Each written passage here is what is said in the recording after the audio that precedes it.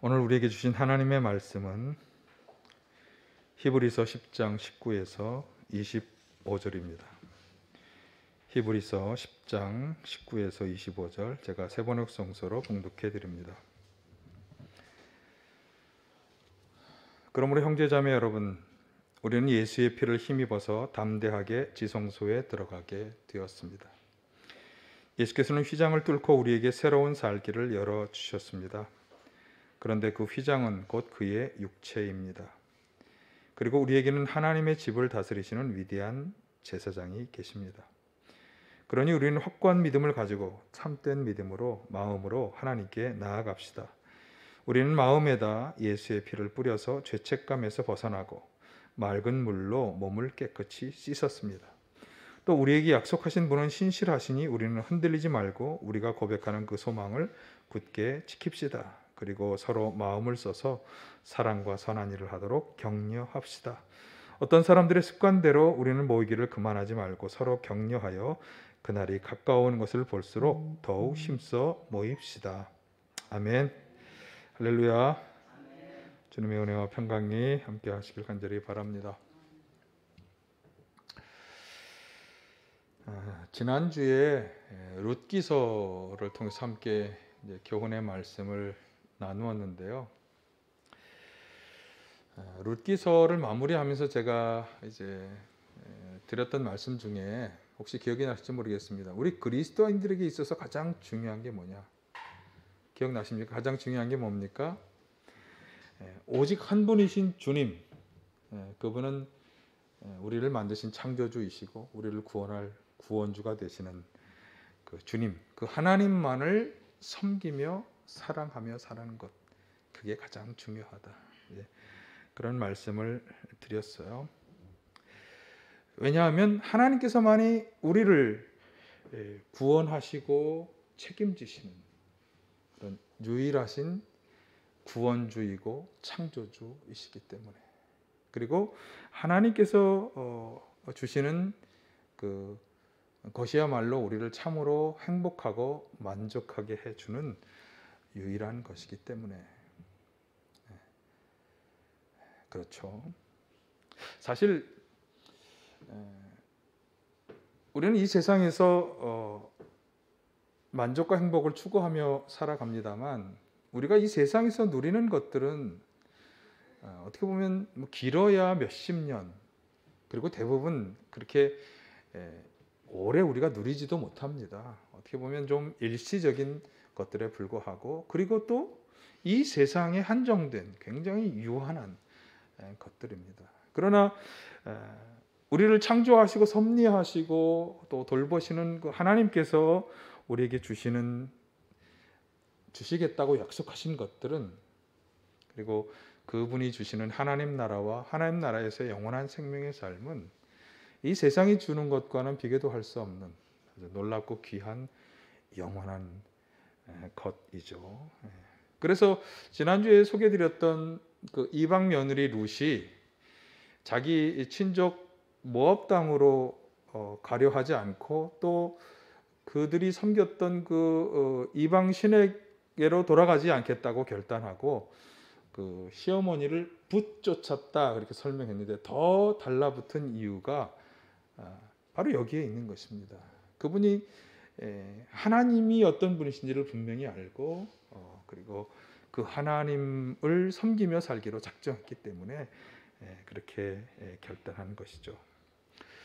그래서 오늘 본문은 지난주의 말씀과 직접적으로 연결되는 것은 아니지만 바로 이 점에서, 그러니까 하나님만을 우리가 믿고 섬기고 순종하며 살아가야 할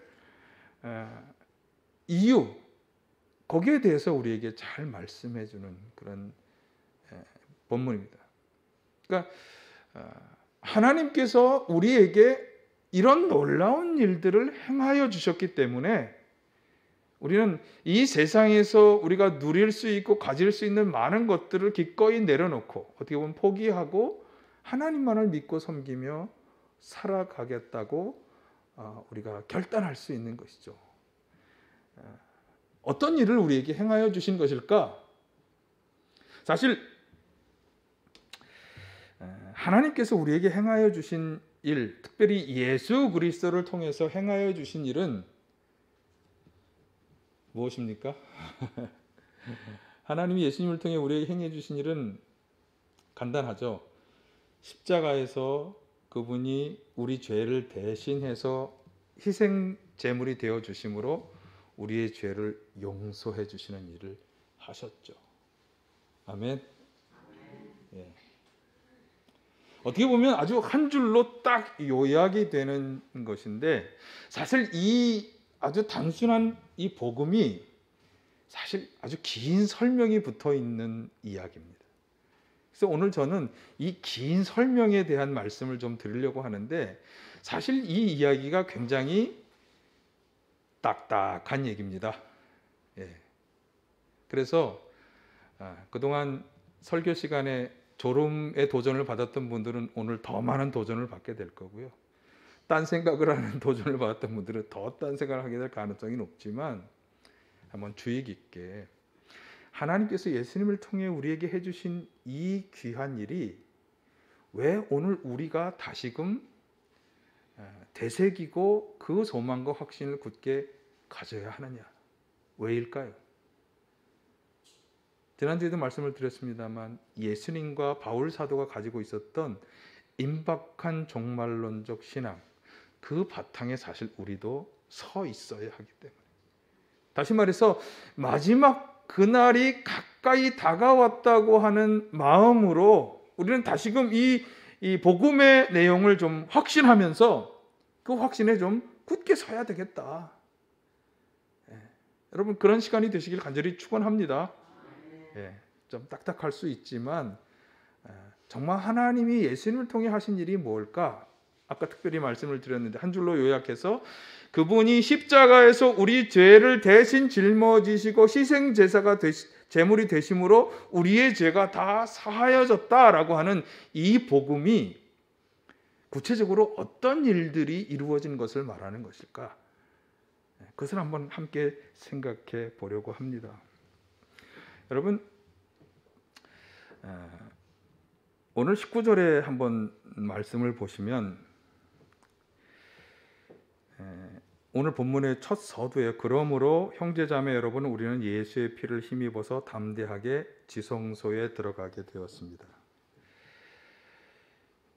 담대하게 지성소에 들어가게 되었다라고 하는 말은, 지성소라고 하는 것은 아주 거룩한 곳, 하나님이 머물러 계시다고 우리들이 믿어야 하는 그런 거룩한 곳, 그곳에 들어가 하나님을 직접적으로 대면할 수 있게 되었다, 그런 얘기인데, 사실 인간은 거룩하신 하나님을 직접적으로 대면할 수 없습니다. 구약에 보면 이스라엘 백성들이 하나님을 대면할 때 죽기 때문에 하나님을 대면하게 되는 장소에 그들은 갈 수가 없었어요. 왜냐하면 죄인은 거룩하신 하나님을 보는 순간 다 죽음을 당하는 거예요. 근데 인간은 누구나 다 죄를 지으며 살기 때문에 그 거룩하신 하나님을 대면할 수가 없는 거죠. 그래서 이스라엘 백성들도 하나님을 직접적으로 대면할 수 없기 때문에 하나님이 그들에게 누구를 통해서 율법을 주셨죠? 모세를 통해서 돌판에 새겨진 율법서를 주실 때 아무도 올라가질 못했어요. 모세 혼자서만 하나님께 올라갔죠. 하나님이 특별히 모세를 하나님을 대면할 수 있도록 허락해 주셨기 때문에. 그러니까 이 지성소가 그런 곳이에요. 함부로 하나님을 대면하러 들어갈 수가 없는 곳이에요. 하나님이 허락하신 사람 대제사장을 제외하고. 그런데 여기 19절에 보면 지성소에 들어가 하나님을 직접적으로 대면할 수 있게 되었다, 그렇게 말씀하고, 어떻게 그렇게 할 수 있게 된 것일까? 19절에 다시 19절을 보시면 그러므로라고 하는 접속사로 시작되고 있는 걸 알 수가 있어요. 그러므로 형제자매 여러분, 우리는 담대하게 지성소에 들어가게 되었습니다. 그러므로라고 하는 이 접속사는요, 앞의 내용에 근거해서 혹은 그것이 이유가 되어서 이런 결과를 가져왔다, 그런 것에 사용되는 접속사이기 때문에 바로 그 앞의 내용이 이유요 근거가 되는 것을 알 수 있는데, 자 16, 18절을 한번 보시면 주님께서 말씀하신다. 그날 이후에 내가 그들에게 세워줄 언약은 이것이다. 나는 내 율법을 그들의 마음에 박아주고 그들의 생각에 새겨주겠다. 또 나는 그들의 죄와 불법을 더 이상 기억하지 않겠다. 죄와 불법이 용서되었으니 죄를 사하는 제사가 더 이상 필요 없습니다. 네. 사실 이 그날 이후에라고 하는, 다시 1번으로 작은 따옴표로부터 시작되는 그 말씀이 2번으로 다시 죄와 불법을 더 이상 기억하지 않겠다라고 하는 이 작은 따옴표로 되는 이 말씀이 예레미야 31장 33, 34절의 말씀을 인용하는 것입니다. 그런데 이 예레미야 31장의 말씀이 사실은 하나님께서 새 언약을 맺어주시는 아주 분기점에 해당하는 중요한 그런 구절이에요. 그래서 히브리서 10장 16, 18절에서 말씀하는 것은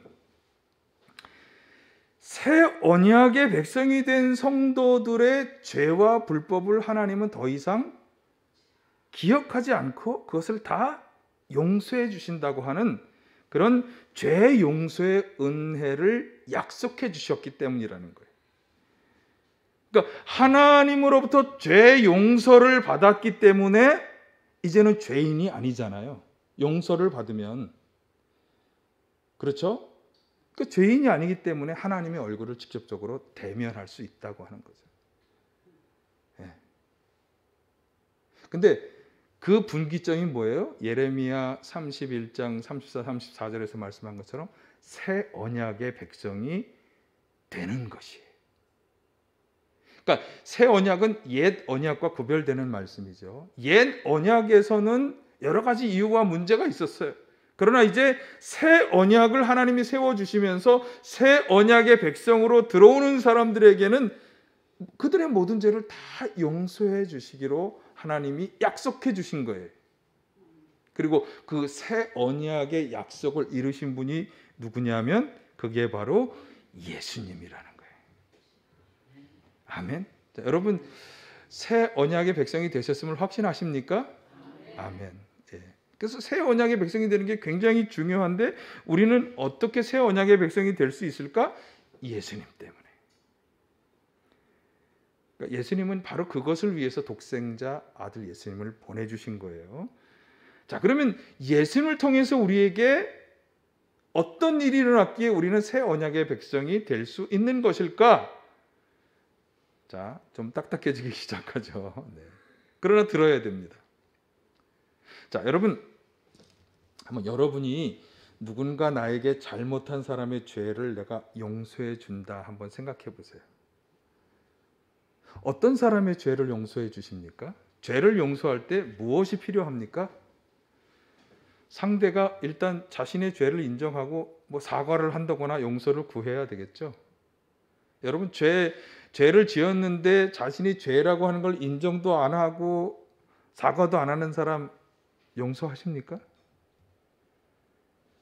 뭐 용서하는 경우도 있어요. 저희 어머니와 저희 관계에서 볼 때 가끔 제가 많이 잘못했는데도 먼저 용서해 주시더라고요.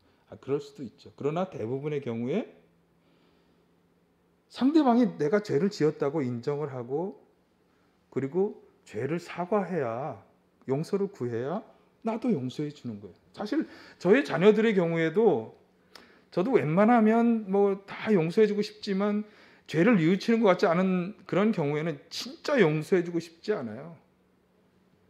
자, 그런데 이건 인간 사이의 관계인데 하나님과 우리와의 관계에서 하나님이 우리의 죄를 용서해 주시는 것을 한번 생각해요. 어떻게 할 때 하나님이 우리의 죄를 용서해 주실까? 신약에 와서 우리가 예수님의 은혜 때문에라고 얘기하는 게 이제 오늘 제가 주로 얘기하고자 하는 건데, 그 예수님을 통해서 하나님이 죄를 용서해 주시는 것에는 구약의 죄 용서받는 제도라고 하는 배경이 있는 거예요. 우리가 자녀의 죄, 누군가의 죄를 용서할 때 법적으로도 누군가의 죄가 법적으로 다 그 문제가 풀려지는 것에는 사실은 거기에는 어떤 과정이 있는 거예요. 개인 대 개인의 죄를 용서해 주는 것뿐만 아니라 우리가 어떤 불법을 저지르고 그 불법을 저지른 것에 대해서 법적으로 처벌을 받지 아니하고 그 불법에서 벗어나기 위해서 여러 가지 과정이 요구되는 것처럼 하나님과 우리 사이에 있어서도 우리가 죄를 짓고 그 죄를 용서받는 것에는 과정이 필요해요. 자, 그래서 먼저 우리가 알아야 할 것은 하나님 앞에서 우리는 죄인이다라고 하는 거예요.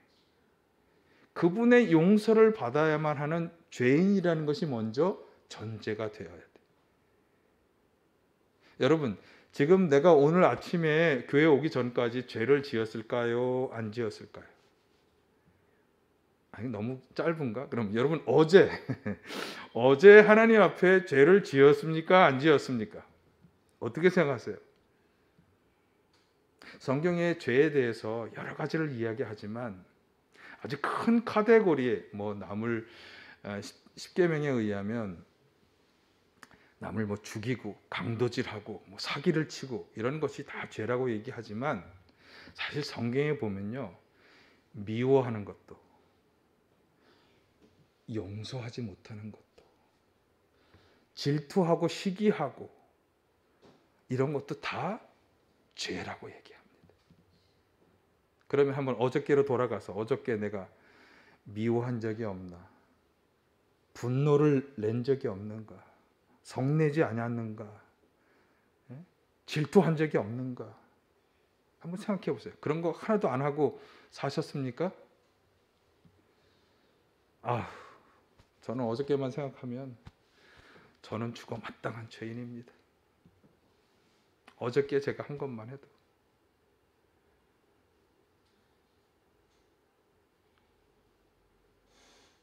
여러분 부모님에게 효도하며 사십니까? 부모님들 돌아가신 분도 있겠지만 불효가 가장 큰 죄죠. 하나님을 제외한 네 번째 계명, 그걸 어기는 게 가장 큰 죄예요. 잘하고 계십니까? 효도 잘하고 계십니까? 어떻습니까? 그래서 우리는 죄를 짓는 죄인이라고 인정할 수밖에 없습니다. 그런데 하나님은 이 죄에는 어떤 일이 벌어지는가 하면 출애굽기 34장 6, 7절을 한번 쭉 보시면 특별히 하나님은 자비롭고 은혜로운 분이다. 그 다음 2번 허물과 죄를 다 용서하는 분이시지만 그러나 나는 죄를 벌하지 않은 채 그냥 넘기지는 아니하신다. 하나님은 죄를 벌하지 않고 그냥 넘기는 분이 아니시라. 죄는 반드시 죄에 합당한 보응을 받는다는 거죠. 그렇기 때문에 우리가 짓는 죄를 용서받지 않으면 하나님의 죄의 징벌을 당할 수밖에 없는 그런 처지에 있는 게 사실 우리들이란 말이에요. 그래서 우리는 죄의 용서를 받아야만 돼. 아까 말씀드린 것처럼 우리가 죄인이기 때문에 한 사람도 빠짐없이 죄의 용서를 받아야만 해. 그런데 그 죄의 용서를 어떻게 받을 수 있을까? 하나님과 우리와의 관계에서는 사실 신약으로 넘어오면 우리가 예수님 때문이라고 말하죠. 그래서 조금 이따가 그 설명을 드릴 거예요. 그러나 구약에서는 구약이 이 죄 용서의 배경이 되기 때문에 이것을 알아야 돼요. 옛날 구약에서는요, 하나님이 죄 용서를 백성들이 받을 수 있는 제도를 만들어 주셨는데 그 제도가 뭐냐면 속죄 제사 제도입니다. 속죄 제사 제도. 원리는 이렇습니다. 하나님께 죄를 지은 사람은 자신의 죄를 대신 뒤집어 씌울 속죄 제물 제사를 가져오는데 그 속죄 제물이 될 수 있는 것도 몇 가지로 한정해 놨어요. 수송아지나 흠없는 순염소, 흠없는 암연소, 흠없는 암양, 때로는 또 비둘기까지도 해당하는데 이런 것들을 가져오는 거예요. 그 짐승을 가져와서 첫 번째 가져와서 두 번째 그 제물의 머리에 손을 얹어서 자신의 죄를 전가하는 거예요. 오늘날로 치면 뭐냐 하면 죄 용서를 구하는 기도를 드리는 거예요. 이 제물에게 제 죄를 전가하는데 이 제물을 받으시고 나의 죄를 용서해 주세요. 이렇게 기도하는 거죠. 그러면 그리고 나서 그 죄를 우리가 전가받았다고 믿는 거죠. 전가받았다고 믿는 그 제물을 피를 흘리게 해서 죽이고 그리고 불에 태우는 것입니다. 그러면 하나님이 그걸 보시고 받으시고 용서해 주시는 거예요. 이게 이제 네 가지 주요한 과정이 되겠어요. 그리고 이 속죄 제사는 반드시 하나님이 정해진 사람, 그게 누구냐면 제사장이 그것을 집도하게 돼 있는 거예요. 그래서 하나님한테 죄를 지었다라고 해서 그 죄의 용서가 필요한 사람은 다 제사장을 통해 이 속죄의 제사를 드려야 하는데, 그런데 하나님이 보내신 예수님께서 이 속죄 제사의 대제사장이 되셨다는 거예요. 우리를 위해서 속죄 제사를 드리셨다는 거예요. 자, 히브리서 9장 11에 14절을 제가 읽어드릴게요. 한번 보세요. 그러나 그리스도께서는 이미 일어난 좋은 일을 주관하는 대제사장으로 오셔서 손으로 만들지 않은 장막, 다시 말하면 이 피조물에 속하지 않은 더 크고 완전한 장막을 통과하여 단 한 번의 지성소에 들어가셨습니다. 그는 염소나 송아지의 피로소가 아니라 자기의 피로소 우리에게 영원한 구원을 이루셨습니다. 염소나 황소의 피와 암송아지의 죄를 더러워진 사람에게 뿌려도 그 육체가 깨끗하여져서 그들이 거룩하게 되거든 하물며 영원한 성령을 힘입어 자기 몸을 흠없는 제물로 삼아 하나님께 바치신 그리스도의 피야말로 더욱더 우리들의 양심을 깨끗하게 해서 우리로 하여금 죽은 행실에서 떠나서 살아계신 하나님을 섬기게 하지 않겠습니까? 자, 이 말씀이 얘기하는 것은 어떻게 보면 좀 어려울 수도 있고 간단할 수도 있지만 이런 것입니다. 지금 말씀드린 죄를 용서받는 속죄 제사라고 하는 이 제도에 제정된 대로 염소나 황소나 이런 것을 죽이고 그 피를 뿌리고 또 태워서 번제를 드려야 한다 할지라도 육신이 다 정결하게 되는데, 하물며 자기 자신을 하나님께 드린 속죄제물 제사로 드린 이 예수님과 그분의 피를 통하여서 우리는 정말 깨끗하게 되지 않겠느냐, 그렇게 지금 간단하게 이야기하고 있는 거예요. 어떻게 생각하세요, 여러분? 그럴 거라고 생각되십니까?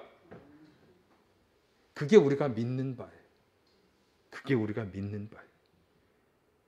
세상 사람들은 혹은 예수님이 없던 시절에는 그렇게 짐승을 잡아서 죽이고 거기에 죄를 전가하고 그 짐승의 피를 뿌리고 짐승을 불살라 죽이는 그런 과정을 통해서 사람들이 죄 용서함을 받았지만, 이제 예수님께서는 자기 자신을 그 속죄 제사의 제물로 드리심으로써 그 속죄 제사를 드린 것을 믿고 예수님 때문에 자신의 죄가 다 하나님한테 용서받았다고 믿는 사람들에게는 다 하나님의 죄 용서의 은혜를 받게 하셨다는 거예요.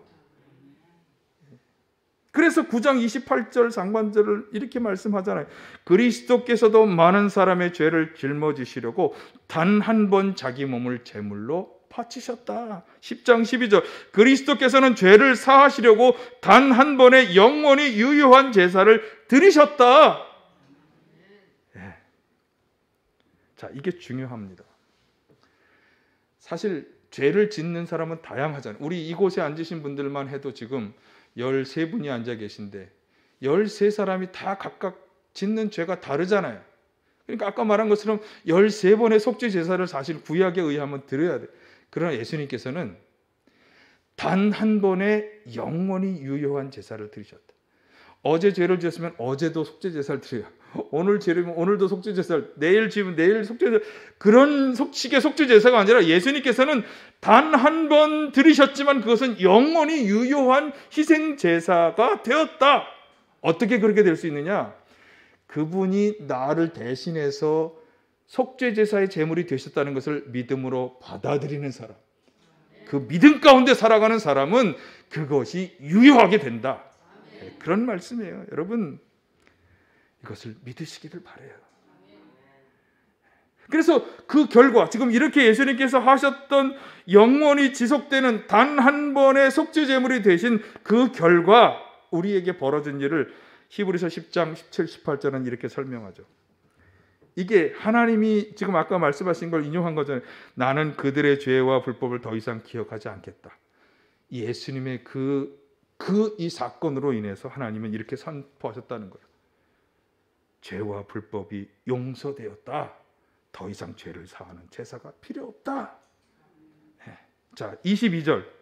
그러니 우리는 확고한 믿음을 가지고 참된 마음으로 하나님께 나아갑시다. 우리는 마음에다 예수의 피를 뿌려서 죄책감에서 벗어나고, 무슨 말입니까?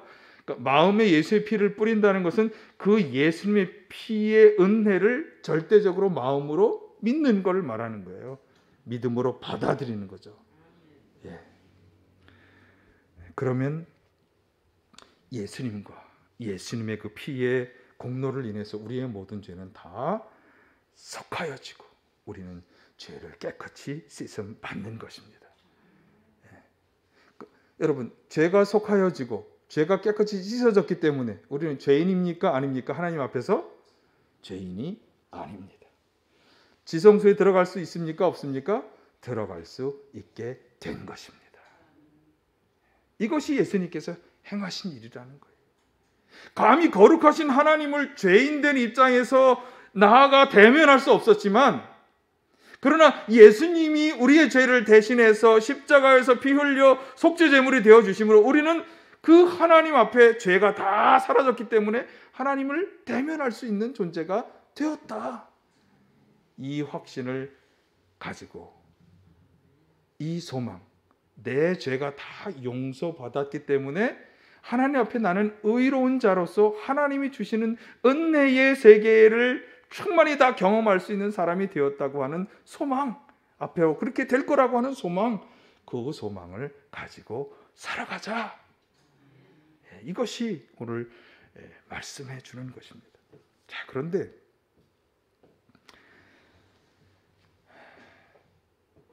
이 하나님이 우리에게 행하여 주신 일에 대한 확신을 가진 성도들이 어떻게 살아야 하느냐?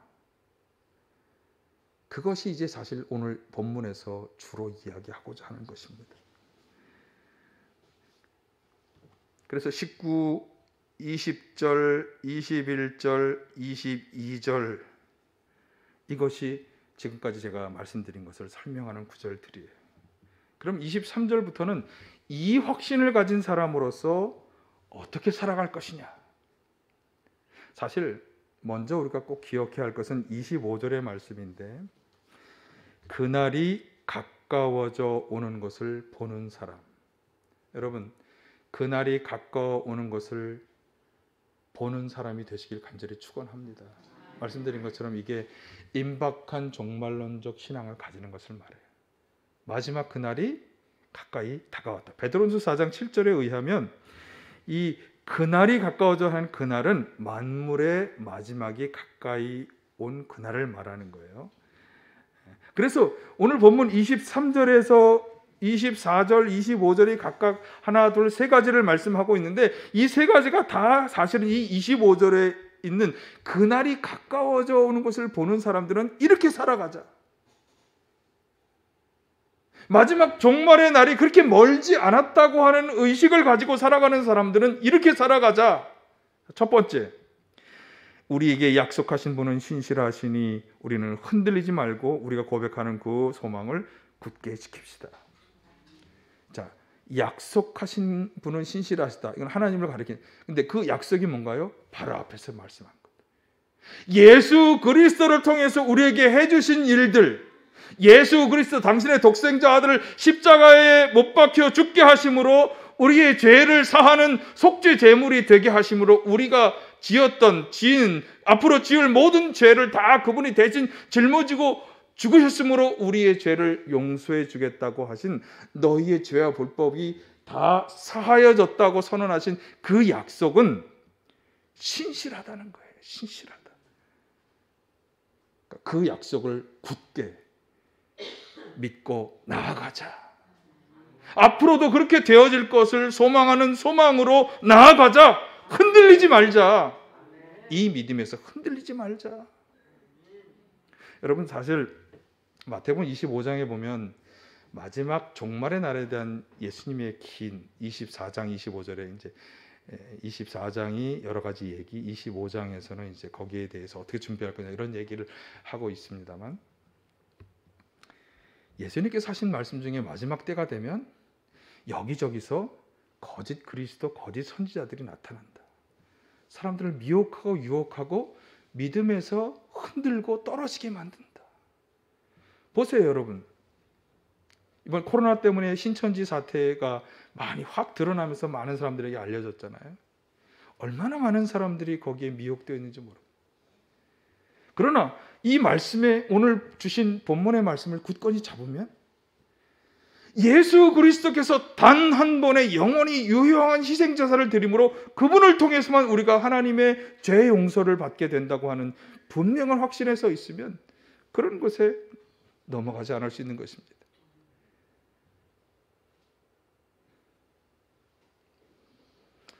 소망, 이 확신을 굳건히 가져야 합니다. 두 번째는 24절인데요. 보실까요?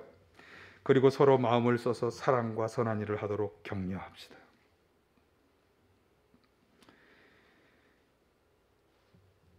예수님을 통해서 우리의 죄를 다 사하여 주시고, 그래서 우리는 하나님이 우리를 위해서 예비해 주신 영원한 생명의 삶, 구원에 이르게 될 것을 확신하기 때문에 어떻게 하라?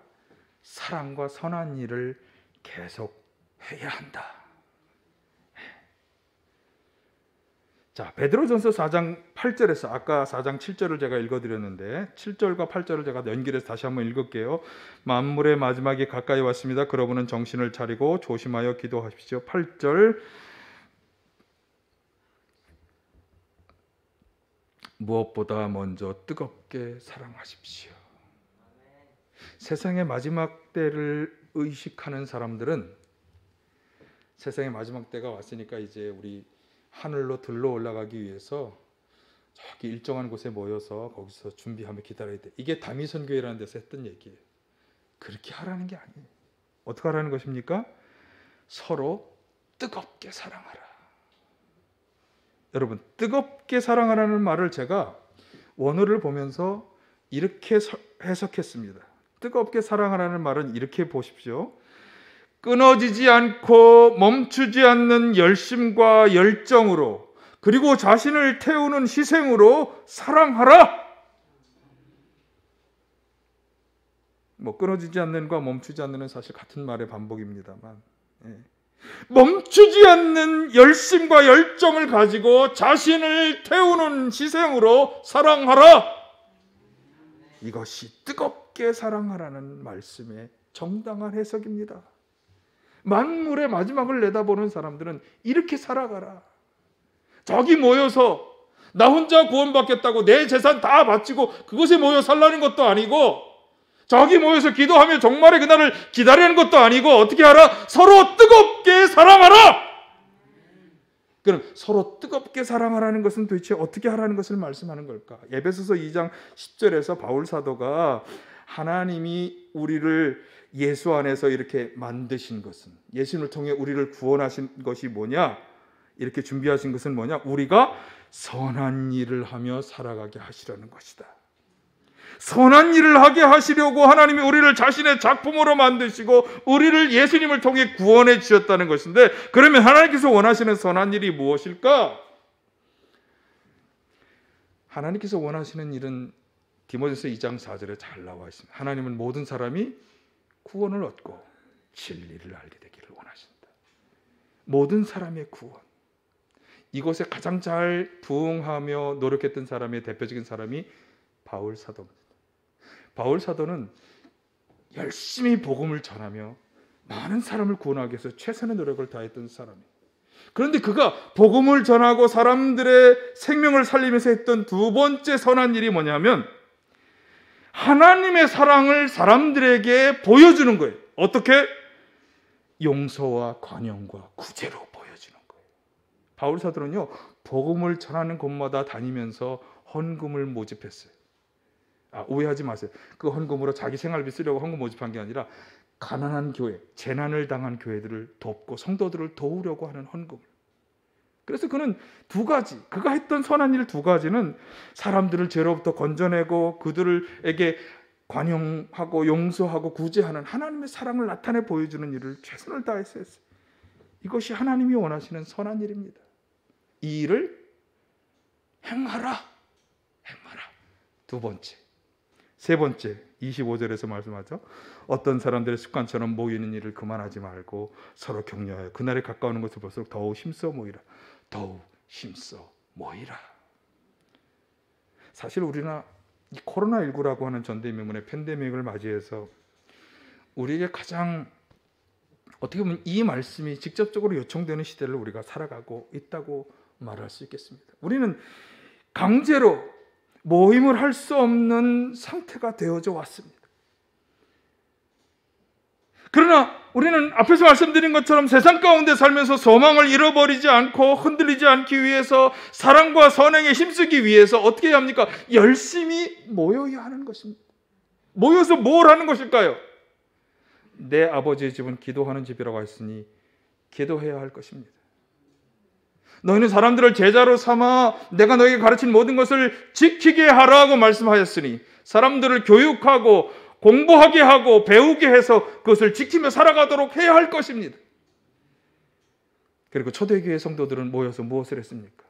서로 많은 것을 나누며 교제하며 살아갔습니다. 이 땅에 하나님 나라를 이루는 일이 무엇일까요? 사랑으로 교제하고 나누며 살아가는 것입니다. 모여서 이 일을 행하라. 여러분, 그런 우리 모두가 되시길 간절히 바랍니다. 시간이 많이 지나가서 제가 마지막 마무리는 좀 빨리 해야 되겠습니다.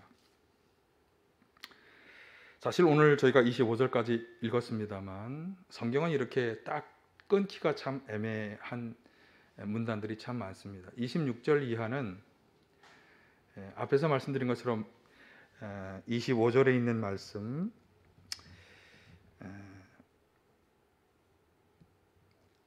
그날이 가까우는 것을 볼수록이라고 하는 이 그날에 대한 부차적인 설명을 쭉 하고 있습니다. 여러분, 그날이 어떤 날입니까? 하나님께서 오셔서 이 세상을 심판하시는 날, 판단하시는 날이죠. 자, 그런데 그날에 주님이 가까이 올 그날에 앞에서 지금 이야기한 그런 모든 것들, 복음의 진리를 잘 알면서도 그 예수 그리스도를 통한 죄 사함을 거절하고 소망의 삶을 거절하고 사랑의 삶을 살아가지 못하고 모이는 것을 패하며 여전히 죄악 가운데 살아간다면 그러면 어떻게 될 것이냐? 그날, 그분이 심판하실 그날은 가까우는데, 자, 우리 26, 27절 같이 한번 읽어보시면서 잠도 깨시고 시작. 우리가 진리에 대한 지식을 얻은 뒤에도 짐짓 죄를 짓고 있으면 속죄의 제사가 더 이상 남아있지 않습니다. 남아있다고 예상하는 것은 무서운 심판과 반역자들을 삼킬 맹렬한 불뿐입니다. 여기 속죄의 제사가 더 이상 남아있지 않다는 말은 속죄의 제사가 더 이상 유효하지 않게 됩니다. 속죄의 제사의 대상이 될 수 없습니다. 어떤 대상만 되느냐? 무서운 심판과 반역자들을 삼키는 맹렬한 불의 대상만 될 뿐이다. 자, 29절도 같은 말씀 보실까요? 하나님의 아들을 짓밟고 자기를 거룩하게 해준 언약의 피를 대수롭지 않게 여기고 은혜의 성령을 모욕한 사람은 얼마나 더 무서운 벌을 받아야겠는가를 생각해 보십시오. 얼마나 더 무서운 벌을 받아야 하는가? 예수님에 대한 믿음을 가졌다가 믿음을 포기하고 세상으로 돌아가려는 사람들에 대한 경고의 말씀이에요. 31절을 보실까요? 살아계신 하나님의 징벌의 손에 떨어지는 것은 무서운 일입니다. 그렇지 않겠습니까? 네? 그래서 자, 37, 39절 마지막, 자, 같이 보시겠습니다. 이제 아주 조금만 있으면 오실 분이 오실 것이요 지체하지 않으실 것이다. 나의 의인은 믿음으로 살 것이다. 그가 뒤로 물러서면 내 마음이 그를 기뻐하지 않을 것이다. 우리는 뒤로 물러나서 멸망할 사람들이 아니라 믿음을 가져 생명을 얻을 사람이다. 예. 뒤로 물러나는 것은 하나님이 절대로 기뻐하지 않으시는 거예요. 뒤로 물러난다고 하는 것은 앞에서 말씀드린 우리가 그날이 가까울수록 힘써야 하는 것들을 포기하고 살아가는 걸 말하는 거예요. 복음의 확신을 굳게 가지고 나아가야 하는데, 예? 정말 열심히 사랑하며 선한 일에 힘써야 하는데, 열심히 모여야 하는데, 이런 것을 다 포기하고 내가 지금 이 세상 속에 누려야 할 것들을 위해서만 살아간다면 여러분 얼마나 많은 유혹이 다가옵니까? 예수님께서도 예언하신 것처럼 마지막 시대가 되면 얼마나 우리를 미혹하는 존재들이 많이 다가옵니까? 유혹이 오거나 믿음을 포기하려고 하는 도전들이 다가올 때 이것을 꼭 기억하시기 바랍니다. 하나님의 심판과 맹렬한 불이 기다리고 있다. 어떤 어둠 속에서도 결코 후퇴하거나 뒤로 물러나서는 안 된다. 예수님께서 자신을 우리를 용서받도록 속죄제물이 되어 속죄제물이 되심으로 우리는 어둠에서 빛으로 사망에서 생명으로 옮겨진 존재들입니다. 하나님이 아들을 통해서 그렇게 해주셨습니다. 이 복음의 확신을 가지고 담대 앞에 하나님 앞으로 나아가시기를 바라고요. 흔들리지 않는 이 소망을 가지고 뜨겁게 사랑하고 하나님께서 원하시는 선한 일에 힘쓰며 열심히 모이는 우리 모두가 되시길 간절히 바랍니다. 결코 뒤로 물러나서 멸망하는 성도가 되지 마시고 끝까지 믿음으로 인내하며 생명을 취하는 저 여러분 모두가 다 되시기를 간절히 바랍니다.